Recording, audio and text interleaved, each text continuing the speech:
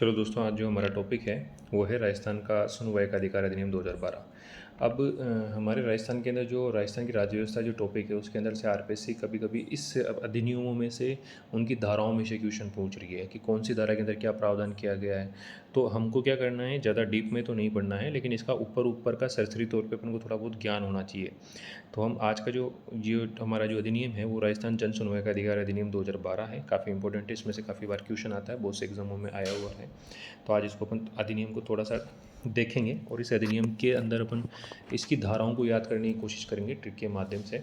ठीक है, अब चलते हैं, आगे बढ़ते हैं। तो राजस्थान का सुनवाई का जो अधिकार अधिनियम है वो 2012 के अंदर राजस्थान विधानसभा द्वारा पारित एक महत्वपूर्ण कानून है। राजस्थान देश का पहला ऐसा राज्य है जिसने आम आदमियों की समस्याओं और शिकायतों के समयबद्ध निवारण व पारदर्शी सुनवाई का विधिक अधिकार देने के लिए ये अधिनियम लागू किया है। देखो, काफ़ी महत्वपूर्ण बात बताई है सरकार इस अधिनियम में। इस अधिनियम नागरिकों की समस्याओं और शिकायतों का समयबद्ध, देखो एक वर्ड आया है समयबद्ध निस्तारण तथा पारदर्शी सुनवाई, दो चीज़ें हैं। एक तो समयबद्ध निस्तारण कर रहे हैं और पारदर्शी सुनवाई कर रहे हैं, उसका विधिक अधिकार नागरिकों को दिया गया है। मतलब अगर आपके समय पर कोई भी सेवा है या आपकी सेवा आपको समय पर प्राप्त नहीं होती है या आपकी जो सुनवाई का आपको अधिकार नहीं दिया जाता है, सुनवाई का मौका नहीं दिया जाता है, तो आप बाकायदा आप कानूनन उनके ऊपर वाद ला सकते हो। लोक सेवा जो अधिकारी हैं उनके ऊपर वाद ला सकते हो। तो सामान्य तथ्य क्या है, ये जो अधिनियम है वो 1 अगस्त 2012 को पारित किया गया था, मतलब लागू हो गया था। इसका उद्देश्य आम नागरिकों के परिवादों, शिकायतों और जन समस्याओं की एक निश्चित समय सीमा के भीतर जवाबदेही और सहानुभूतिपूर्वक सुनवाई व समाधान सुनिश्चित करना है। काफ़ी महत्वपूर्ण कानून है। इसकी संरचना त्रिस्तरीय व्यवस्था है। लोक सुनवाई अधिकारी, उसके बाद प्रथम अपील अधिकारी, उसके बाद द्वितीय अपील अधिकारी। कुल धाराएं इसके अंदर 13 है, 1 से 13 धाराएं इस अधिनियम में दी गई है। अब पहली जो धारा है वो है संक्षिप्त नाम, विस्तार और प्रारंभ। तो धारा 1 के अंदर क्या दिया गया है, संक्षिप्त नाम, प्रारंभ, विस्तार दिया गया है। इस अधिनियम का नाम क्या है, राजस्थान सुनवाई का अधिकार अधिनियम 2012 है। विस्तार, इसका विस्तार संपूर्ण राज्य में है।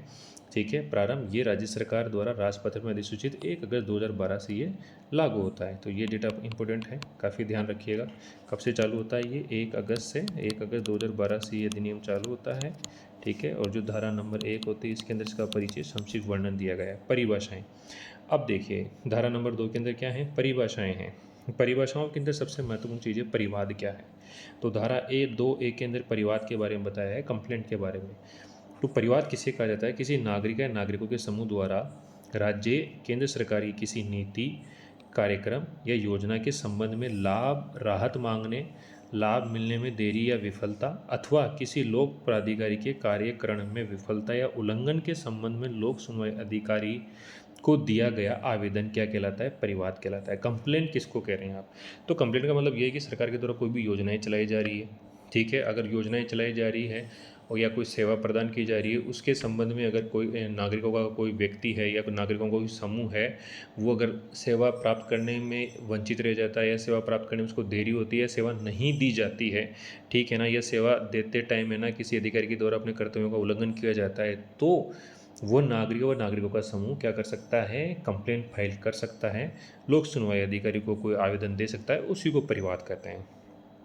अब इसमें देखो मेन चीज़ अपवाद है, तो अपवाद का थोड़ा ध्यान रखना। अपवाद क्या है, इसमें किसी लोक सेवक की सेवा संबंधी मामले, मतलब सर्विस मैटर, किसी न्यायालय अधिकरण के क्षेत्राधिकार वाले मामले, ठीक है, और क्वासी जुडिकल अपीलें व आरटीआई एक्ट या लोक सेवा गारंटी एक्ट के अंतर्गत आने वाले मामले शामिल नहीं हैं। देखो बहुत इंपॉर्टेंट बात कही, इसमें अपवाद आया हुआ है, यहीं से क्वेश्चन आ सकता है कि अगर कोई लोक सेवा से संबंधित कोई मामले हैं या किसी न्यायालय अधिकरण के क्षेत्राधिकार के कोई मामले हैं या आरटीआई एक्ट या लोक सेवा गारंटी एक्ट के अंतर्गत आने वाली कोई भी मामला है, वो इसके अंदर शामिल जन सुनवाई के अंदर, जन सुनवाई एक्ट के अधिनियम के अंदर परिवाद में शामिल नहीं किया जाएगा। तो ये ध्यान रखना, आरटीआई एक्ट, लोक सेवा गारंटी एक्ट, ठीक है ना, जिसके मामले इसमें शामिल नहीं होते हैं।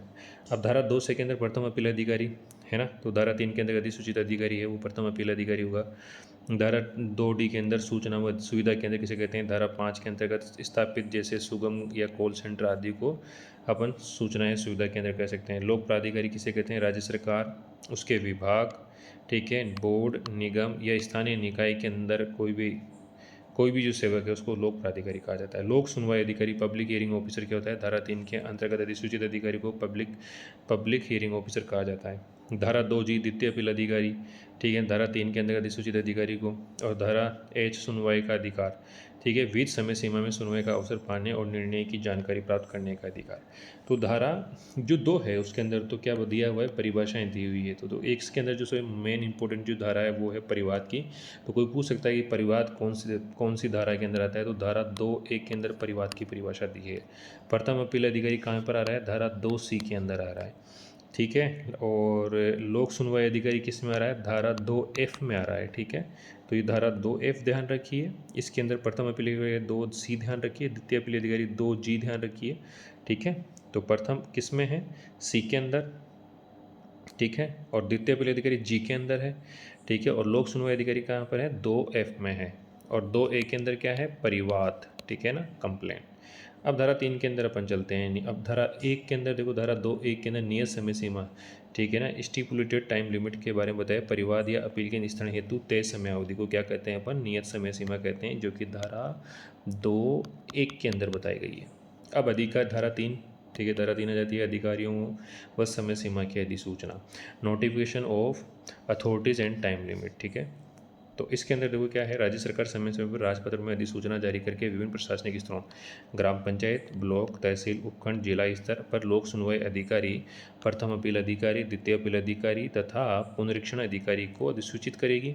साथ ही में परिवादों व अपीलों की सुनवाई का निस्तारण करने के लिए नियत समय सीमा, जैसे कि 15 दिन या 30 दिन, जो भी उस सीमा राज्य सरकार के द्वारा तय की जाए वो तय किया जाएगा इसके अंदर, ठीक है।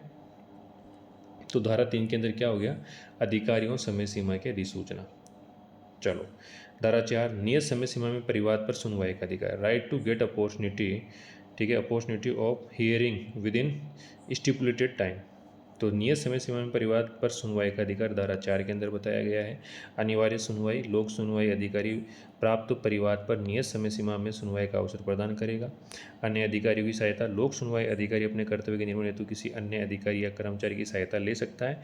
जिसकी सहायता ली जाए वह सहायता देने से बाध्य होगा, मना नहीं करेगा। अधिनियम के उल्लंघन की दशा में उसे लोक सुनवाई अधिकारी माना जाएगा। मतलब ये देखो, ये अधिनियम कह रहा है कि नियत समय सीमा में आपको क्या करना पड़ेगा, अगर आपके पास कोई कंप्लेन आती है तो उसकी सुनवाई करनी पड़ेगी। और लोक सुनवाई जो अधिकारी है वो इस कार्य या इसके उस उत्तरदायित्व के निर्वहन के लिए किसी अन्य अधिकारी की सहायता ले सकता है। तो वो जो अन्य अधिकारी इसकी सहायता वो लेगा वो बाध्यकारी है, और उसको भी लोक सुनवाई अधिकारी ही के रूप में ही परिभाषित किया जाएगा। पावती, रिसिप्ट या एक्नोलॉजमेंट देगा। परिवाद प्राप्त होने पर परिवादी को पावती रसीद दी जाएगी और नियत समय सीमा परिवाद दर्ज करने की तिथि से गिनी जाएगी। निस्तारण के विकल्प क्या हो गए, अब सब जैसे ही आप लोक सुनवाई अधिकारी के पास अगर कोई परिवाद आता है तो उसके पास क्या विकल्प होते हैं, या तो परिवाद स्वीकार कर देगा, या सक्षम प्राधिकारी को अंतरित कर देगा, या कोई वैकल्पिक या राज सुझा सकता है, या लिखित में स्पष्ट कारण दर्ज करते हुए परिवाद खारिज कर सकता है। तो उसके पास 4 चीज़ें हैं, 4 उसके पास विकल्प हैं।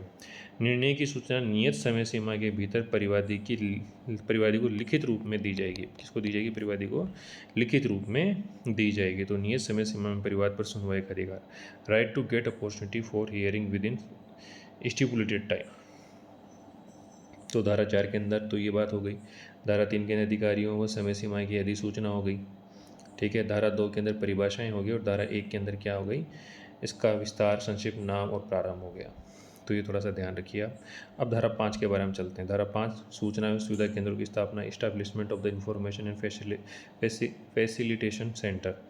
तो क्या हो गया, जनता की शिकायतों की सुगम व प्रभावी पंजीकरण। तो जनता की शिकायतों की सुगम व प्रभावी पंजीकरण एवं निराकरण के लिए राज्य सरकार सहायता डेस्क या कॉल सेंटर या कस्टमर केयर या नागरिक सुविधा केंद्र, जिनको अपन ई मित्र या ई मित्र प्लस या राजस्थान संपर्क आदि स्थापित करेगी। तो प्रत्येक लोक प्राधिकारी सूचना प्रौद्योगिकी के उपयोग से अपनी शिकायत निवारण प्रणाली के आधुनिकीकरण व सुधार के लिए उत्तरदायी होगा। तो सूचना एवं सुविधा केंद्रों की स्थापना, तो धारा 5 के अंदर सूचना सुविधा केंद्रों की स्थापना के बारे में बताया हुआ है। अपील, अब देखो सबसे मेन चीज़ है अपील। इस टॉपिक को ध्यान से पढ़ो। अपील, यदि परिवादी को, यहाँ से क्वेश्चन आएगा सबसे ज़्यादा इस एक्ट के अंदर, यदि परिवादी लोक सुनवाई अधिकारी के निर्णय से असंतुष्ट है और संतुष्ट है, समय पर सुनवाई नहीं हुई है, तो 2 स्तरीय अपील का प्रावधान है। एक तो प्रथम अपील, फिर उसके बाद द्वितीय अपील, ठीक है ना। किसका, प्रथम अपील और उसके बाद द्वितीय अपील। अब इसमें देखो प्रथम प्रावधान क्या है कि मान लो जैसे कोई लोक सुनवाई अधिकारी है, क्या है, कोई लोक सुनवाई अधिकारी। अब लोक सुनवाई अधिकारी के पास कोई परिवाद दायर होता है, लोक सुनवाई अधिकारी के पास। अगर लोक सुनवाई अधिकारी के पास कोई परिवार दायर होता है तो उसको 15 दिन के अंदर उसके ऊपर क्या करना पड़ेगा, कार्रवाई करनी पड़ेगी। अब मान लो 15 दिन के अंदर वो कार्रवाई नहीं करता है या सेवा देने से मना कर देता है या उसमें विलम्ब करता है, तो उसको क्या करना पड़ेगा, जो अपीलार्थी होता है, मतलब जो आवेदक होता है नागरिक, वो क्या कर सकता है, जो प्रथम अपील अधिकारी होता है वो अपील कर सकता है 30 दिन के अंदर। अब प्रथम अपील अधिकारी के पास जब अपील की जाती है तो उसको 21 दिन में अपील का निपटारा करना होता है। अब इसके बाद भी अगर मान लो निपटारा नहीं किया जाता और प्रथम अपील अधिकारी के निर्णय से अगर नागरिक संतुष्ट नहीं है तो वो क्या कर सकता है, 30 दिन के अंदर फिर द्वितीय अपील अधिकारी के पास क्या कर सकता है, अपील कर सकता है। अब द्वितीय अपील अधिकारी के पास जैसे आप अपील करोगे तो आप उसको भी 21 दिन के अंदर निपटारा करना पड़ेगा। तो यहाँ पर 15, फिर 30, फिर 21, फिर 30 और 21 का प्रावधान किया गया है। तो इसमें प्रथम अपील और इसमें द्वितीय अपील, और ये लोक सेवा प्राधिकारी। तो देखो प्रथम अपील, ठीक है, परिवादी लोक सुनवाई अधिकारी के निर्णय की तारीख से या समय सीमा समाप्त होने के 30 दिनों के भीतर प्रथम अपील अधिकारी के समक्ष अपील दायर कर सकता है। पर्याप्त कारण होने पर 30 दिन के बाद भी प्रथम अपील अधिकारी अपील स्वीकार कर सकता है। प्रथम अपील अधिकारी नियत समय सीमा में अपील का निस्तारण करेगा। तो कितने में करेगा, ये 21 दिन के अंदर करेगा। इसकी समय सीमा दी हुई है 21 दिन। द्वितीय अपील अधिकारी प्रथम अपील अधिकारी के निर्णय के असंतुष्ट होने पर निर्णय के 30 दिनों के भीतर द्वितीय अपील अधिकारी के समक्ष अपील की जाती है। यदि लोक सुनवाई अधिकारी प्रथम अपील अधिकारी के आदेश का पालन नहीं करता तो परिवादी सीधे द्वितीय अपील भी कर सकता है। ठीक है ना, ये भी 30 दिन के भीतर की जाएगी। अब सिविल न्यायालय की शक्तियाँ, और इस जब द्वितीय अपील अधिकारी के पास अपील की जाती है तो उसको भी 21 दिन के अंदर क्या करना पड़ता है, मामले का निपटान करना पड़ता है। तो ये सूत्र आप ध्यान रखें इसके अंदर, ठीक है, 15, 30, 21, 30, 21। तो ये सुनवाई अधिकारी के अंदर है ये नियम, किसमें, लोक सुनवाई अधिकारी के अंदर। सिविल न्यायालय की शक्तियाँ, अब धारा किसमें 6 के अंदर बताया हुआ है अपील के अंदर कि जो प्रथम अपील अधिकारी द्वितीय अपील अधिकारी होंगे ना, उनको क्या कौन सी शक्तियाँ प्राप्त होगी, सिविल न्यायालय की शक्तियाँ प्राप्त होगी। ठीक है, जो सिविल प्रक्रिया संहिता CPC 1908 के तहत उनको दी गई है। ठीक है, तो अपील का निस्तारण करते समय प्रथम और द्वितीय अपील अधिकारी को सिविल न्यायालय प्रक्रिया संहिता 1908 के तहत सिविल कोर्ट की शक्तियाँ प्राप्त होगी। कैसी शक्तियाँ होती है, व्यक्ति को या तो सम्मन भेजना या शपथ पर बयान लेना, किसी दस्तावेज या सामग्री को पेश करने का आदेश देना, शपथ पत्र पर साक्ष्य लेना, एफिडेविट्स पर, ठीक है, सार्वजनिक जो अभिलेख हैं उनकी मांग करना, गवाहों की जांच हेतु कमीशन जारी करना, अपने निर्णयों आदेशों का पुनरावलोकन करना। तो ये सारी जो शक्तियाँ हैं, ये 6 शक्तियाँ हैं, इनको सिविल कोर्ट की शक्तियाँ दी गई है प्रथम अपील अधिकारी और द्वितीय अपील अधिकारी को। अब शास्त्री जुर्माने की बात कर लें, यहाँ से भी क्वेश्चन आएगा। धारा शास्त्र में जुर्माना है, शास्त्री पेनल्टी, ठीक है ना। तो होता क्या है कि आर्थिक दंड के बारे में बात अपन कर रहे हैं यहाँ पर। तो देखिए क्या होता है कि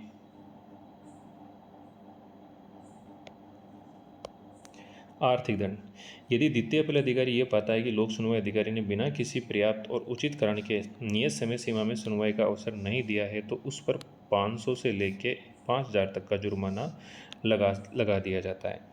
प्राकृत न्याय का सिद्धांत ये कहता है कि शास्ति लगाने से पूर्व जो अधिकारी है, लोक सुनवाई अधिकारी को है ना उचित अवसर दिया जाएगा अपनी सफाई का। वेतन की कटौती, लगाया गया जुर्माना संबंधित अधिकारी के वेतन से वसूला जाएगा। अनुशासनात्मक कार्रवाई करते हुए निर्णय में लगातार विफलता पर द्वितीय अपील अधिकारी संबंधित अधिकारी के विरुद्ध सेवा नियमों के तहत विभागीय अनुशासनात्मक जांच की सिफारिश भी कर सकता है। ये भी आप ध्यान रखिए। अब आते हैं पुनरीक्षण रिवीजन। ठीक है, यदि द्वितीय अपील अधिकारी द्वारा किसी लोक सुनवाई अधिकारी या प्रथम अपील अधिकारी पर जुर्माना या शास्ति लगाया जाता है तो वह अधिकारी आदेश की तारीख से 60 दिनों के भीतर राज्य सरकार द्वारा नामित प्राधिकारी या रीजन अथॉरिटी के समक्ष पुनरीक्षण आवेदन प्रस्तुत कर सकता है। पर्याप्त कारण दर्शाने पर 60 दिन से अधिक अवधि के बाद भी आवेदन स्वीकार किया जा सकता है। देखो बहुत इंपॉर्टेंट बात है, जो धारा 8 के अंदर जो पुनरीक्षण के बारे में बताया हुआ है ना, उसमें कहते हैं कि मान लो जो प्रथम अपील अधिकारी है और द्वितीय अपील अधिकारी है, अगर द्वितीय अपील अधिकारी के ऊपर क्या किया जाता है, द्वितीय अपील अधिकारी के ऊपर कोई अपराध सिद्ध हो जाता है, ठीक है ना, या द्वितीय अपील अधिकारी द्वारा किसी लोक सुनवाई अधिकारी या प्रथम अपील अधिकारी पर अगर जुर्माना शास्ति लगाया जाता है इसके द्वारा, है ना, तो ये द्वितीय जो अपील अधिकारी है ये प्रथम अपील अधिकारी पर या लोक सुनवाई अधिकारी पर ज़्यादा जुर्माना लगा सकता है। तो ये लोक सुनवाई अधिकारी और प्रथम अपील अधिकारी क्या कर सकते हैं, कोई जो अथॉरिटी है जो अधिनियम के अंदर अधिसूचित की गई उसके सामने 60 दिनों के भीतर वाद दायर कर सकता है, या 60 दिनों से अधिक समय होने पर भी वाद दायर किया जा सकता है कि उसका उचित कारण बताया जाए। ठीक है, अब धारा 9 आती है। धारा 9 के अंदर क्या होता है, सद्भावना पूर्वक की गई कार्रवाई का संरक्षण, protection of action taken in good faith. तो ये क्या कहता है, इस अधिनियम या इसके अधीन बनाए गए नियमों के तो सद्भावनापूर्ण किए गए किसी कार्य के लिए किसी भी अधिकारी या कर्मचारी के विरुद्ध कोई मुकदमा, अभियोजन या कानूनी कार्रवाई नहीं की जाएगी। बहुत मोस्ट इंपोर्टेंट धारा 9 मतलब सद्भावनापूर्वक की गई कार्रवाई, ठीक है। इसके बाद धारा 10 आती है, न्यायालयों की अधिकारिता का version, bar to jurisdiction of court. किसी भी सिविल न्यायालय को किसी भी मामले पर विचार करने या निर्णय देने का क्षेत्राधिकार नहीं होगा जिसका निर्णय इस अधिनियम के तहत लोक सुनवाई अधिकारी, प्रथम अपील अधिकारी या द्वितीय अपील अधिकारी या नामित अधिकारी द्वारा किया जाना विहित है। तो ये इंपॉर्टेंट है भाई, न्यायालयों की अधिकारिता का वर्जन किया गया है कि अगर आपको लोक सुनवाई जो अधिनियम है, ठीक है, लोक सुनवाई जो जन सुनवाई का जो अधिकार अधिनियम है 2012 के तहत अगर ये मामला आता है तो न्यायालयों को क्या होगा, इसके अंदर हस्तक्षेप करने पर वर्जन होगा। अन्य विधिक अधिकारियों अन्य विधियों के अतिरिक्त होना, ठीक है, अन्य विधियों के अतिरिक्त होना, provision to be in addition in the existing law. इस अधिनियम के प्रावधान वर्तमान में लागू किसी अन्य कानून को समाप्त या कानून नहीं करते बल्कि उसके पूरक या अतिरिक्त रूप में कार्य करते हैं। नियम बनाने की शक्ति, पावर टू मेक रूल्स, विधानसभा को इस अधिनियम के प्रावधानों को प्रभावी रूप से लागू करने के लिए राज्य सरकार को नियम बनाने की शक्ति प्राप्त है। भैया किसको प्राप्त है, विधानसभा को नहीं भैया, राज्य सरकार को शक्ति प्राप्त है, ठीक है ना। अगर इस नियम को प्रभावी बनाना चाहती तो राज्य सरकार नियम बना सकती है। बनाए गए नियमों को राज्य विधानमंडल के सदन के समक्ष कम से कम 14 दिनों के अंदर रखा जाएगा। मतलब राज्य विधानमंडल का उसके द्वारा अनुशंसा होना जरूरी है कि आपने कौन से नियम बनाए। तो 14 दिन के भीतर आपको जो भी निकटतम अगर कोई सत्र चल रहा है तो उसके अंदर आपको विधानमंडल के ऊपर रखना, विधानमंडल के सदन के अंदर इसको रखना पड़ेगा। कठिनाई से दूर करने की शक्ति, रिमूव द डिफिकल्टीज। अधिनियम के क्रियान्वयन में यदि कोई व्यवहारिक कठिनाई आती है तो राज्य सरकार राजपत्र में आदेश प्रकाशित कर उसे दूर कर सकती है। ऐसा कोई भी आदेश अधिनियम के प्रारंभ होने की तारीख के 2 वर्ष की समाप्ति के पश्चात जारी नहीं किया जाएगा। मतलब अगर कोई अधिनियम को प्रभावी रूप से अगर क्रियान्वित करने में कोई दिक्कत आ रही है तो किसी प्रकार की कठिनाई आई तो सरकार क्या कर सकती है, इस अधिनियम के अंदर संशोधन कर सकती है। लेकिन ये संशोधन अधिनियम के लागू होने के 2 वर्ष बाद नहीं किया जाएगा, उससे पहले किया जाएगा। अब देखो अधिनियम के तहत प्रशासनिक संरचना या समय सीमा की रूपरेखा। देखो लोक सुनवाई अधिकारी कौन होता है, ठीक है, ग्राम स्तर पर, तहसील स्तर या उपखंड स्तर पर या जिला स्तर पर। और प्रथम अपील अधिकारी कौन होगा, द्वितीय अपील अधिकारी कौन होगा। देखो ग्राम पंचायत स्तर पर तो ग्राम विकास अधिकारी, सरपंच या पदेन अधिकारी होगा, ठीक है। अब प्रथम अपील अधिकारी कौन होगा, ग्राम पंचायत पे पंचायत समिति स्तर पर तो क्या होगा, विकास अधिकारी BDO होगा। उपखंड स्तर पर SDM साहब होंगे ना, उपखंड स्तर पर SDM साहब होंगे। जिला स्तर पर तहसील या उपखंड स्तर पर कौन होगा, तहसीलदार या नायब तहसीलदार होगा, ठीक है। प्रथम अपील अधिकारी कौन होगा, तहसील स्तर पर उपखंड अधिकारी SDO या SDM होंगे। और जिला स्तर पर जिला कलेक्टर या अतिरिक्त जिला कलेक्टर, ठीक है ना, ADM साहब हो गए। जिला स्तर पर देखो लोक सुनवाई अधिकारी कौन होगा, संबंधित विभागाध्यक्ष या जिला स्तरीय अधिकारी होगा।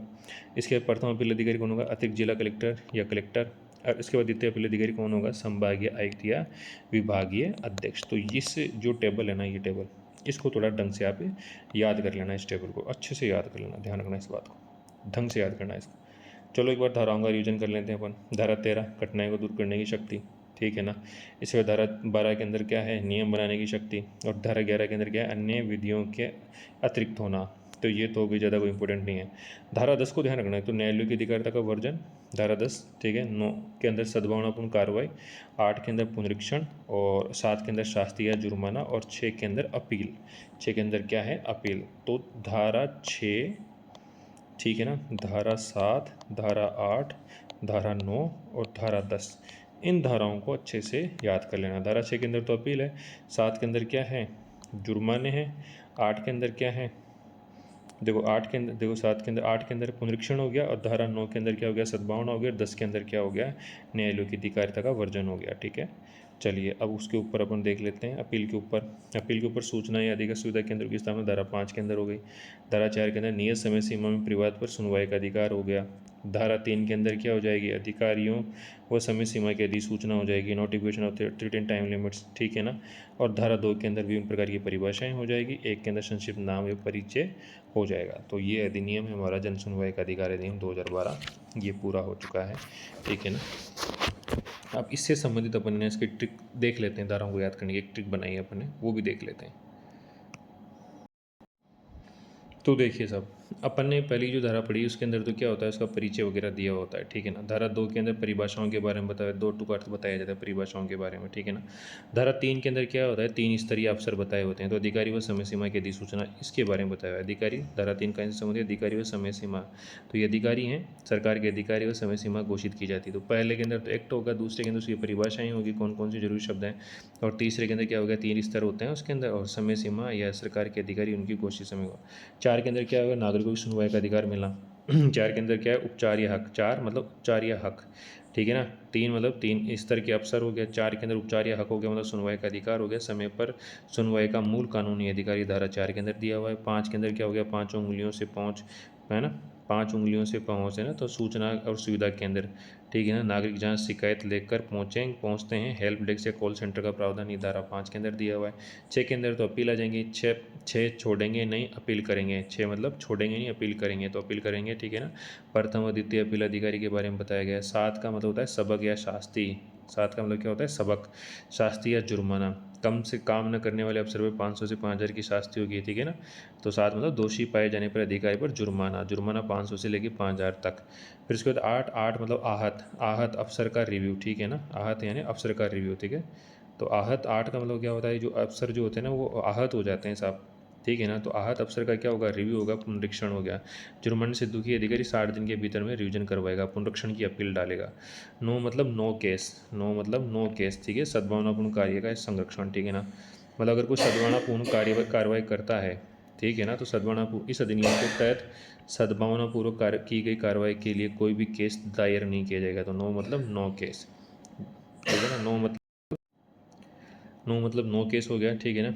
नेक नियति के लिए काम पर अवसर का अगर नेक नीति से किए गए काम का अवसर पर कोई मुकदमा नहीं होगा, गुड फेथ। 10 का मतलब होता है 10 तक नहीं देगा कोर्ट, ठीक है। 10 का मतलब क्या होगा, 10 तक नहीं देगा कोर्ट, ठीक है। न्यायालयों की अधिकारिता पर रोक धारा 10 के अंदर बताया गया है। 11 का मतलब होता है 11 एक और एक साथ, ठीक है ना। अन्य कानूनों के अतिरिक्त, मतलब ये कानून बाकी कानूनों का साथ मिलकर काम करेगा, उसका सप्लीमेंट्री होगा, तो एक और एक साथ। 12 मतलब सरकार बनाए नियम, 12 नियम बनाए सरकार, तो नियम बनाने की शक्ति 12 के अंदर, धारा 12 के अंदर। 13 का मतलब 13 मेरा संकट खत्म, 13 मेरा संकट खत्म, कठिनाइयों का निवारण, ठीक है ना। तो जब आप 2 आदमी मिलते हैं ना, 13 और मेरा साथ होता है, तो संकट खत्म हो जाते हैं, कठिनाइयों का निवारण हो जाता है। तो कानून लागू करने की व्यवहारिक कठिनाइयों को दूर करना 2 वर्ष तक, ठीक है ना। तो ये हमारे प्रावधान है, ठीक है ना। तो इसके अंदर शास्त्रीय धारा 7 के अंदर दी हुई है। मुख्य अधिकारी PHO लोक सुनवाई अधिकारी हो गया, प्रथम अपील अधिकारी हो गया, द्वितीय अपील अधिकारी हो गया। धारा 2 के अंदर इन सबका वर्णन किया गया है, ठीक है। और इसके अंदर अधिनियम 2012 कब लागू हुआ था ये अधिनियम की तिथि क्या है, ये जो अधिनियम हुआ था हमारे, ये 1 अगस्त 2012 को लागू हुआ था, ठीक है ना। और जो लोक सेवा गारंटी अधिनियम था ना, वो 21 सितंबर 2011 को तो राज्यपाल से स्वीकृति मिली थी, और 14 नवंबर 2011 को लागू हुआ था। जबकि ये जो सुनवाई का अधिकार अधिनियम वो 1 अगस्त 2012 को लागू हो गया था, ठीक है ना। तो ये ध्यान रखिए, 1 अगस्त 2012, 1 अगस्त 2012, ठीक है। तो एक बार वापस से रिवाइज कर लो इसको। धारा 1 मतलब नाम और प्रसार, धारा 2 मतलब शब्दों का सार, 3 मतलब अफसर समय बताएगा, 4 मतलब सुनवाई का हक दिलाएगा, ठीक है। धारा 5 मतलब सुविधा केंद्र खुलाया। धारा 6 मतलब अपील का रास्ता दिखाया। 7 मतलब दिलाया, 7 ने दिलाई पर जुर्माना शास्ति लाया। 8 मतलब परीक्षण का मौका दिलाया। 9 सद्भावना को बचाया। 10 के अंदर ने सिविल कोर्ट को बाहर ठहराया। 11 का मतलब अन्य कानून साथ आए। 12 का मतलब सरकार ने नए नियम बनाए। 13 में धारा 13 ने हर मुश्किल कठिनाई को दूर हो जाए। तो ये थोड़ा सा क्रम ध्यान रखिए आप। तो सबसे पहले परिभाषा आएगी, परिभाषा के बाद अधिकारी, उसके बाद हक, उसके बाद सुविधा, फिर अपील, फिर शास्ति, फिर रिवीजन, फिर संरक्षण, फिर कोर्ट पर रोक, फिर अन्य कानून, फिर नियम और कठिनाई दूर। तो ये याद रखने का मंत्र है, इसको आप बार बार दोहराएं।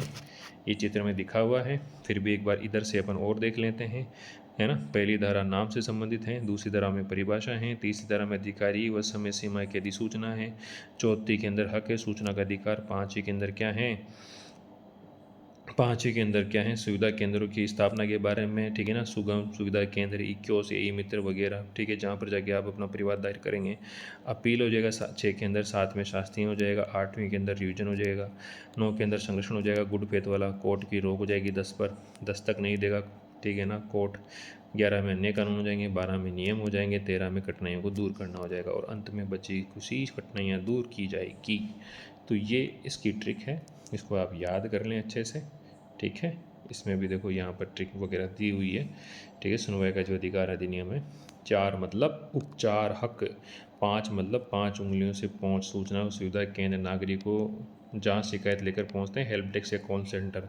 6 मतलब छोड़ेंगे नहीं, अपील करेंगे। 7 मतलब 7 सबक सिखाएंगे, शास्ति लगाएंगे। 8 मतलब 8 यानी आहत सरकार का रिव्यू। 9 मतलब नो केस। 10 मतलब 10 तक नहीं देगा कोर्ट। 11 मतलब 11 एक और एक साथ, मतलब अन्य कानूनों को अतिरिक्त या ये कानून बाकी कानूनों के साथ मिलकर काम करेगा, ठीक है। तो ऐसे याद कर लो इसको आप, ठीक है ना। तो 5 से मतलब 5 उंगलियों से पहुँच, 6 का मतलब अपील, 7 का मतलब शास्त्री, 8 का मतलब आहत या रिव्यू, 9 का मतलब गुड फेथ मतलब नो केस और 10 का मतलब 10 तक। ऐसे याद कर लो इसको। तो मैं आशा करता हूँ कि मतलब समझ में आ गया होगा, ठीक है ना। ये मेरा तरीका है समझाने का।